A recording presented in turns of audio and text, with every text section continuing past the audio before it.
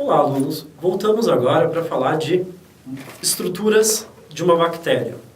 Então, para a gente falar das estruturas das bactérias, nós vamos diferenciar essas estruturas em duas classes.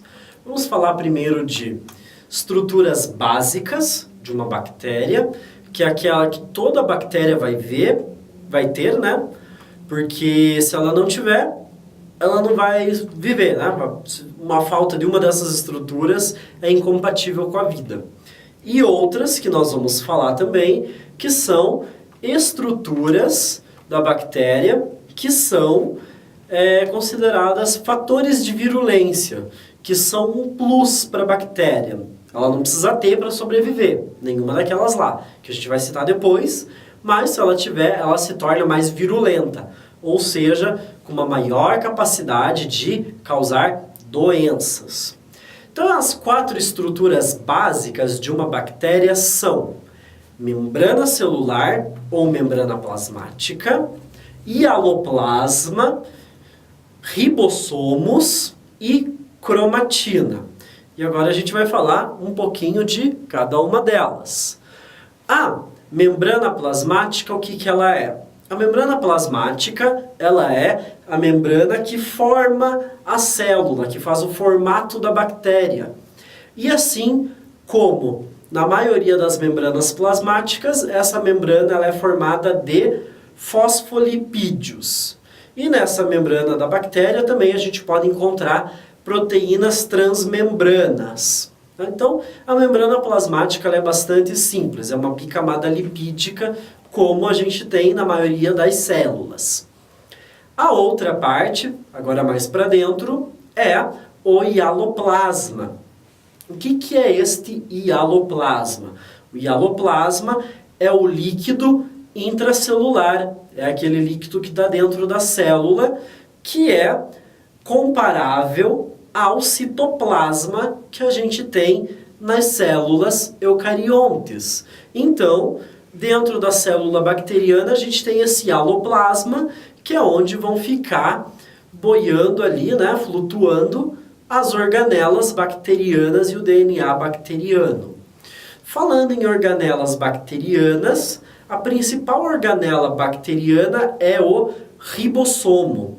O ribossomo é uma organela que vai servir para a síntese de proteínas essenciais à vida da bactéria. E por fim nós temos a cromatina. O que é a cromatina? A cromatina então ela é um DNA em formato circular. O nosso DNA, o DNA humano, ele é um DNA que está em uma fita de dupla hélice. Na bactéria, ela é um círculo, uma fita de DNA circular que é chamada de cromatina e que fica lá dentro boiando no hialoplasma. Porque lembra que a bactéria é uma célula procarionte, logo ela não possui uma membrana nuclear para guardar esse núcleo, esse DNA. Então o DNA fica ali boiando no hialoplasma. Então essas são as 4 estruturas básicas de uma bactéria, sem as quais a bactéria não teria como desenvolver a vida, porque essas 4 estruturas elas são essenciais para a vida. Então todas as bactérias possuem essas 4, é o mínimo que ela tem que ter para estar viva e ser uma bactéria. As que a gente vai ver agora são estruturas que são consideradas como fatores de virulência. São estruturas que tornam a bactéria, dão à bactéria uma capacidade maior de causar uma doença. E quais são essas então? Nós temos basicamente 5 dessas estruturas, que são plasmídio, parede celular, cápsula, flagelos e cílios ou pílum bacteriano. E nós vamos ver então o que é cada uma dessas estruturas. Primeiro eu quero que vocês vejam aqui comigo nesta imagem. Vejam aqui que nós temos um esquema mostrando como é uma bactéria.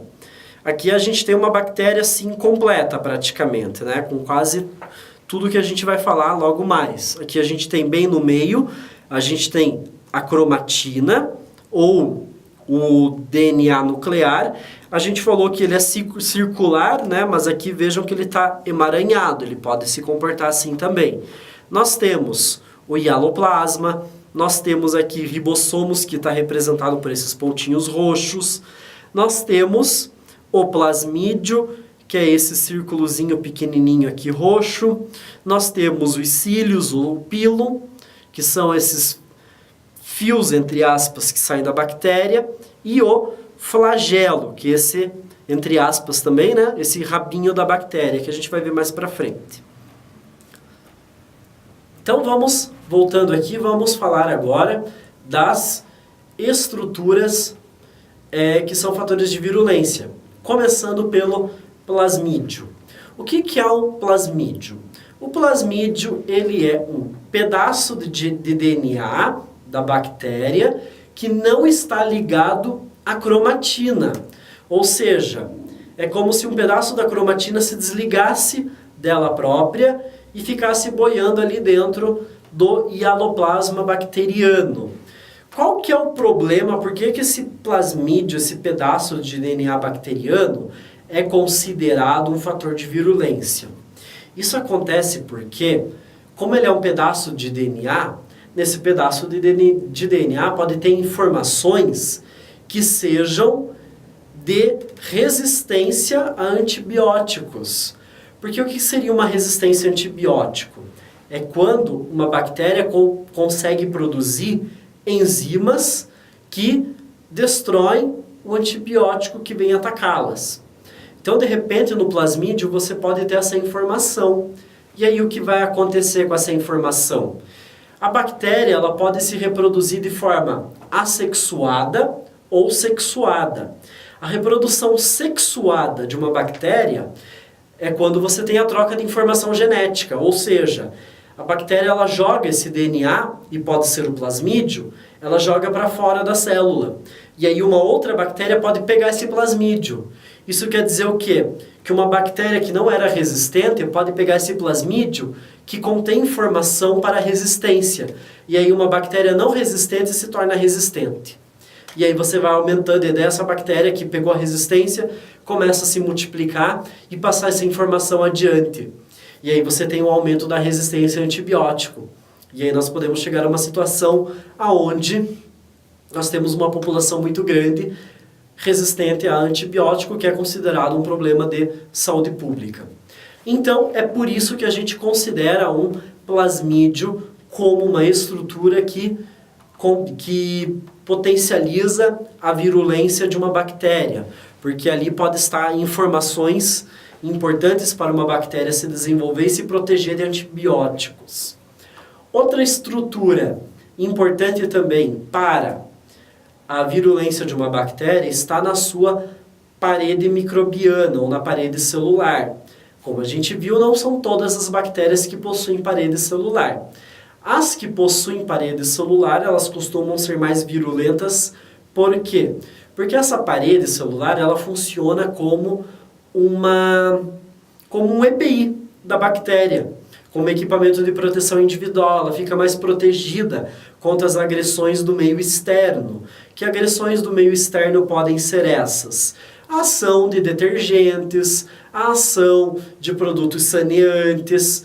E normalmente os antibióticos, eles fazem o quê? Eles atacam justamente a parede celular. É o alvo do ataque de uma boa parte dos antibióticos, está justamente ali na parede celular. Então a parede celular, ela funciona como uma proteção extra para a bactéria, onde a bactéria ela fica menos sujeita à ação de produtos de limpeza e à ação da desidratação. Uma outra estrutura que é extremamente importante no fator de virulência de uma bactéria é a chamada cápsula. O que é a cápsula? A cápsula ela é uma camada rígida com bordas definidas que é formada de polímeros orgânicos, como polissacarídeos e glicoproteínas. Então a bactéria ela tem uma parede celular e ela pode ter também, além da parede celular, uma cápsula. E a cápsula torna a bactéria muito mais resistente contra a ação de produtos de limpeza, como por exemplo detergentes. Um sabão, somente ele não consegue eliminar uma bactéria encapsulada.